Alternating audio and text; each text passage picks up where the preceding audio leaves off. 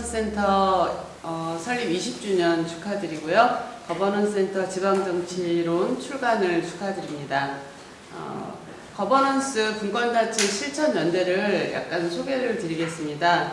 금년 2월 14일에 발족을 했고요. 지방정치인과 시민사회 전문가 그리고 주민들이 결합하여 분권자치의 실천을 목표로 활동하는 그룹입니다. 분권연대는 지역의 자치분권 역량 강화, 분권자치 운동의 대안 세력화 및 대안의 구심 형성 견인, 분권 국가 사회체제 구현에 기여를 목표로 하고 있습니다. 제가 말씀드리려고 하는 것은 이제 두 가지로 말씀을 드릴 텐데요. 첫 번째는 지방정치는 책상이 아닌 현장입니다 라는 제목이고요. 두 번째 말씀은 정치혁신도 지방분권이 답입니다 라는 겁니다. 지방정치는 책상이 아닌 현장입니다 라고 하는 말씀은 코로나19라고 하는 우리 인류가 처음 겪는 이 재난에서도 우리나라는 이제 적절한 정책을 만들고 국민을 성공적으로 보호했습니다. 우리는 코로나 상황에서도 경제성장률이 OECD 중 3위로 선두권에 속했고 국경의 봉쇄 없이 방역 성과를 이룬 나라로 우리나라의 코로나 대응은 키 방역이라고 명명되었습니다. 트럼프 미국 대통령은 한국의 대응은 최상의 모범이 되었다. 마크롱 프랑스 대통령은 한국이 성공적으로 취하고 있는 방역 조치의 우수성과 그 방식을 배우고 싶다고 했습니다. T 방역의 주요 내용은 두 가지로 볼 수 있는데요. 3T 전략이라고 하는 세 가지 전략과 그리고 드라이브스루 선별 진료소로 대변되는 창의적 대응입니다.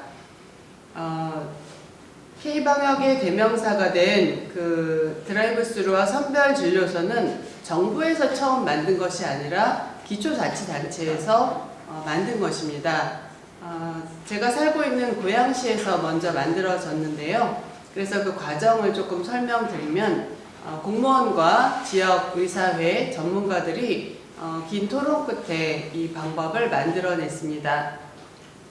처음에 이 회의에서는 그런 방법으로 그 코로나 환자를 선별할 수 있겠느냐 아니면 법적인 문제가 있지 않겠느냐 책임 소재는 어떻게 될 것이냐 여러 가지 다양한 반대의 의견이 있었습니다만 자치단체장 주도하에 회의를 통해 합리적인 방법을 찾았고 그것이 효율적이고 효과가 있다는 것이 알려지면서 전국으로 퍼졌고요. 정부도 코로나 정책에 반영을 하게 되었습니다. 정부는 지방 정부보다 훨씬 더 많은 자원을 가지고 있지만 국민 생활 주변의 현장의 움직임과 민심, 자원의 확인과 동원 등이 있어서 기초자치단체가 가장 유리했다는 것을 보여주게 됩니다. 대한민국을 코로나로부터 지켜준 K방역과 K방역의 중심에는 지방자치단체가 있었습니다.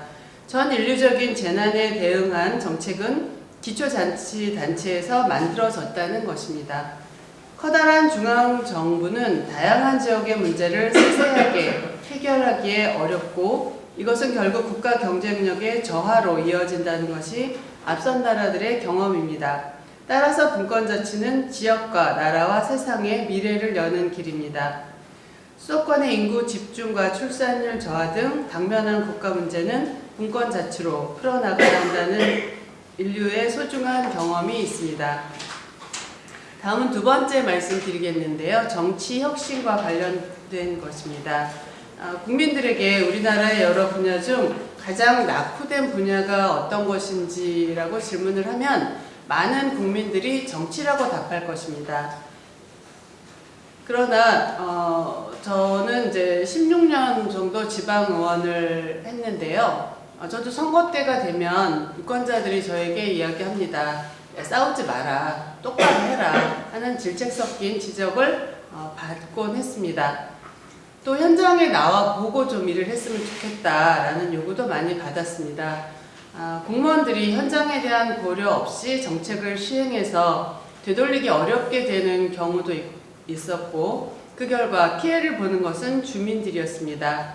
이럴 때면 법의 재량권이 적절하게 활용되었더라면 하는 아쉬움도 있었습니다. 최근 국회의원 정수를 늘리는 문제에 대해 논의가 있었고 부정적인 여론에 부딪혀 논의가 주춤하고 있는 것 같습니다.